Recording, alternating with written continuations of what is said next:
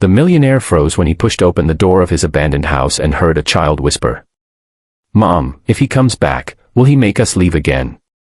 At that moment, he realized this was no longer just a forgotten property. It was someone's last shelter, and he was standing at the center of a decision that would change every life involved, including his own. Victor Hale had owned many houses, too many, if he was honest.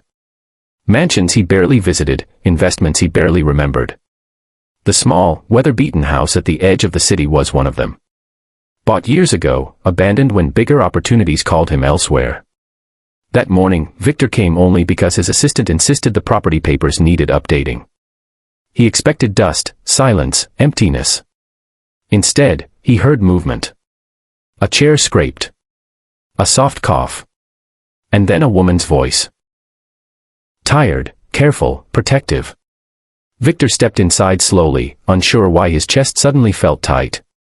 In the dim light stood a woman in her early 30s, her hair tied back neatly despite the worn sweater she wore. Behind her, two children clutched each other, one no older than 7, the other barely 4. Their eyes were wide, frightened, and already familiar with disappointment. "I'm sorry," the woman said quickly, stepping forward as if to shield them. "We'll leave. Please don't call anyone. I just needed a few more days." Victor had negotiated billion-dollar deals without blinking, but now he couldn't find his voice.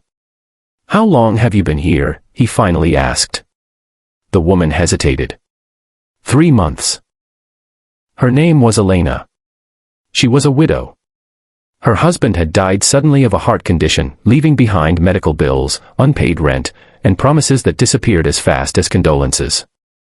She worked nights cleaning offices. During the day, she watched her children and searched endlessly for affordable housing, only to be turned away again and again. When winter came and shelters filled, this abandoned house became their last option. "We didn't take anything," Elena said softly. "We fixed what we could. I made sure the kids stayed quiet. I just wanted them to feel safe, even for a little while." The children said nothing. But the way the older one stood taller, as if ready to protect his mother, broke something inside Victor. He remembered his own childhood, hunger, instability, a mother who cried when she thought no one was watching. Victor looked around.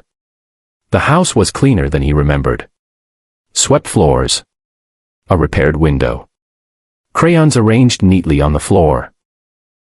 This wasn't trespassing. This was survival. "I'll come back tomorrow," Victor said finally. Elena nodded, already bracing for the worst. But as Victor walked away, he knew he wasn't leaving this place behind. Not anymore.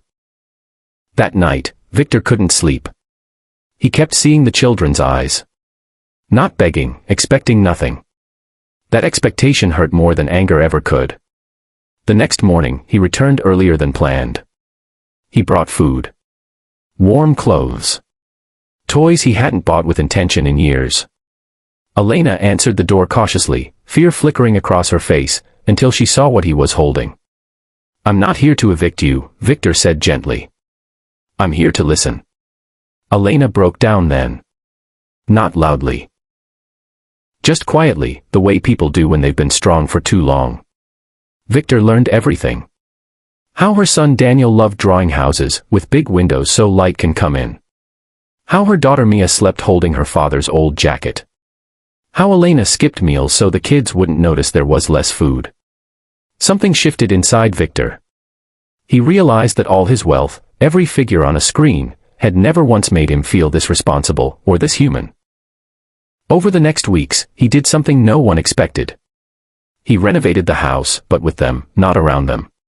He asked the children what colors they liked. He asked Elena what she dreamed of, not what she needed. He helped Elena enroll in a training program he quietly funded.